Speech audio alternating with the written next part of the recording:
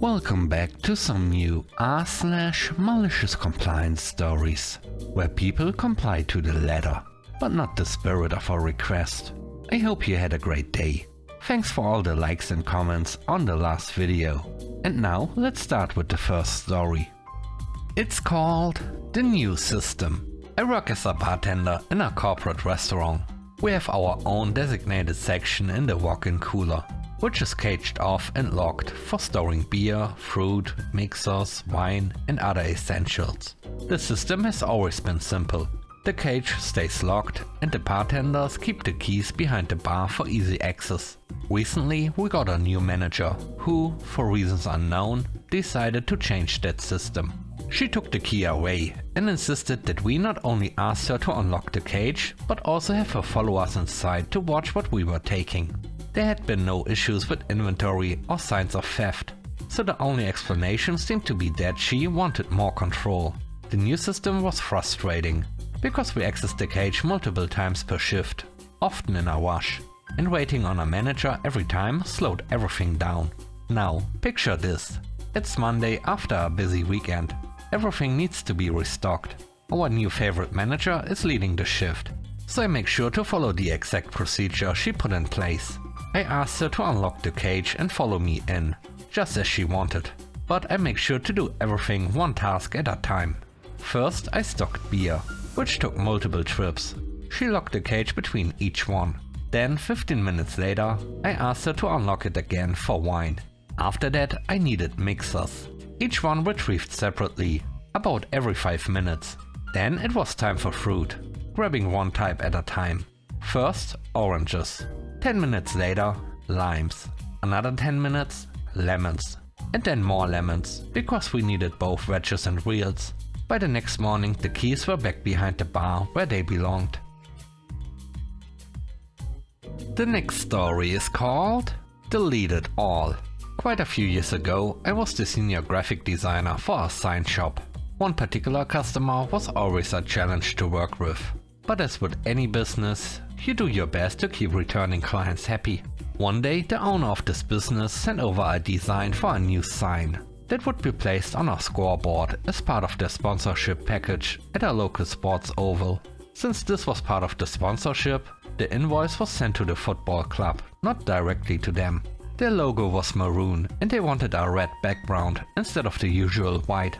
I advised them against this because, first, it would be difficult to read it from a distance, and second, the colors were too similar and wouldn't stand out. Usually in cases like this we would adjust the logo to be all white, but they insisted on using the maroon version. The sign was made and installed, and as expected, it didn't look great. But the job was completed, the client was happy, and we moved on. A few months later, they requested a new sign to replace it, because apparently it was hard to read from a distance. And her husband, who also worked in the business, was not happy. Not surprising. She also stated that we should replace it free of charge, since it was difficult to read, and, in her opinion, our fault. However, the football club had paid for it, and she had approved the design. I politely reminded her of this. Soon after, I received a strongly worded email from her husband, stating that the color choice was not in line with their company's brand, and that it should never have been printed that way. He insists that we replace it. It became clear that his wife had shifted the blame onto me, so I sent him the full email chain, including my original recommendations, her insistence on the design, and her final approval. I also made it clear that we would not be replacing the sign for free. Shortly after, she sent another email stating that they would never use our business again, and demanded that we delete all their files immediately. No problem. Done. It was a relief, knowing I wouldn't have to deal with her again. But deep down, I suspect that this wasn't the last time I'd hear from them, as we also sponsored that sports oval. The club relied on us for all their signs and printing, which meant their logo would likely be needed again in the future. Still, I followed instructions exactly as requested. Deleted everything. We didn't just use simple image files like JPEGs or PNGs. We had custom design files specifically set up for their business, ensuring consistency in branding and correct colors for printing. These files represented years of work, ads, signs and various materials. Having them on hand made future jobs quick and easy, often taking just a few minutes. A few months later, the football club needed their program printed, which included all the sponsors' logos and ads. My moment had arrived. I happily informed my contact at the club that I needed this business's logo and ad. He assured me he would get them to send it over. For some reason, they didn't send it in time. Strange how that happened. Since I still hadn't received it, I sent the print proofs without their logo or ad included, noting that I was still waiting for the necessary files. If they wanted to be in the program, I needed the materials as soon as possible. I was secretly hoping I could print the program without them, but the football club was thorough and followed up. Eventually, I received a short message from the business, instructing me to use their usual ad, the same ad they had demanded I delete. Unfortunately, I no longer had it, and told them they would need to send me a print-ready file in the required size. About 2 weeks later, I finally received the ad. They also requested that we keep it on file for future use. I later heard they had to pay someone to recreate the design for them. They also had a new sign made to replace the previous one, which they had to pay for out of pocket, since the club hadn't placed the order through us. To this day, every time I drive past their business, I can't help but shake my head and smile.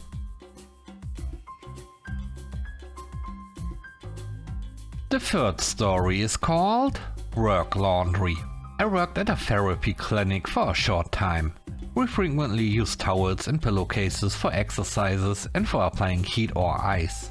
After moving to a new location, we no longer had an in-house washer or dryer, and the director had no plans to hire a service to handle the laundry. Instead, we were instructed to take the linens home and wash them ourselves. Many of my coworkers accepted this as just part of the job, but I felt differently. We were hourly employees, and doing laundry at home was clearly a work-related task.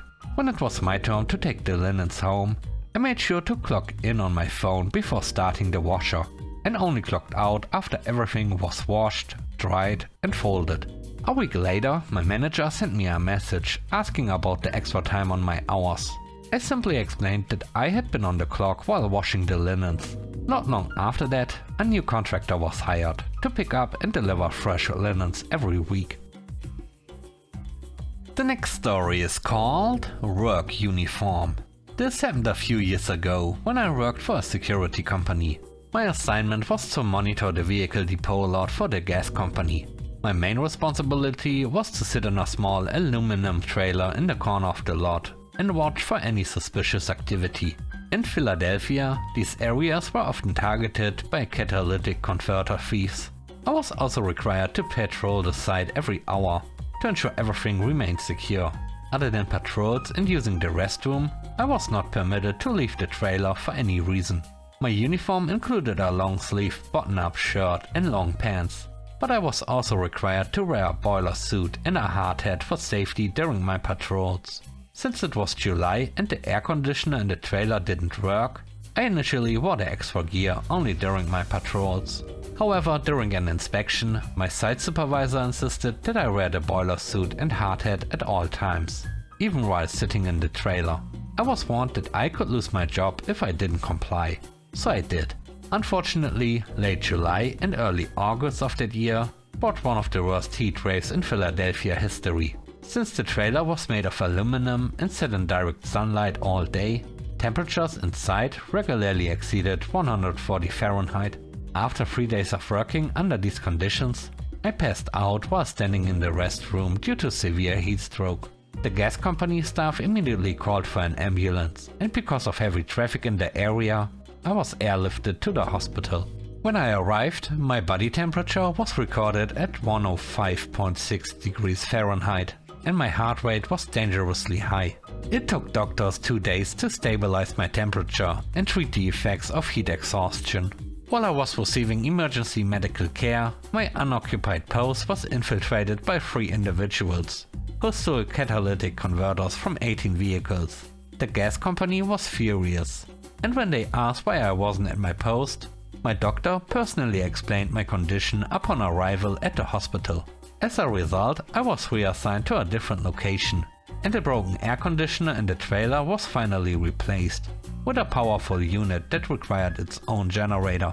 A few weeks later, my security company lost its contract with the gas company after my replacement fell asleep on the job, allowing thieves to return and steal another 20 converters.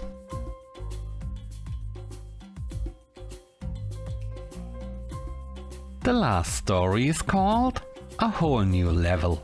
I work as an office cleaner for a small company. My job description is pretty straightforward, but there's one manager who insists on giving very specific instructions on how she wants the office cleaned. I'm used to a little guidance, but this manager, let's call her Karen, has taken it to a whole new level. One day, Karen gives me a very detailed list of things she wants done during my shift. One item stood out. Clean the kitchen counters with the exact brand of cleaner in the back storage room. No other cleaner will do. Okay, no big deal. I've cleaned the office plenty of times, but this was the first time I'd been given such a specific request. So I go to the back storage room and grab the cleaner she mentioned. No problem. But then I notice something odd. The cleaner she wants me to use is way past its expiration date and has a strong, overpowering chemical smell. I mean the kind of smell that makes you question if it should even be used indoors. I thought about mentioning the expired cleaner to her, but then I remembered her exact words. No other cleaner will do. So I decided to follow her instructions exactly. As I started cleaning the counters, the smell quickly spread through the office. Employees walking by covered their noses and started commenting on how strong it was. One even asked if there had been some kind of chemical spill, but I didn't stop. I kept cleaning, making sure to follow Karen's request to the letter. It didn't take long before the smell became unbearable. People were visibly uncomfortable, and soon windows were being opened to let in fresh air. Finally, Karen came out of her office, took a deep breath, and immediately started coughing. "What is that smell?" she asked. I calmly replied, "Well, you asked for the counters to be cleaned with the exact brand of cleaner in the back storage room, and that's what I used." She went completely silent, then muttered something about being more specific next time, before quickly retreating to her office. I just stood there, watching employees scramble to air out the office. I knew I had followed the instructions exactly, and if Karen wanted to be that specific, well, that was on her. Thanks for watching the video to the end. I hope you enjoyed it. If you did, please don't forget to leave a like, comment and subscribe. And if you have time, watch another one of my videos. Also, if you want to support me further, check out the channel membership or Patreon. And now, I hope you have a great day. See you soon. Bye bye.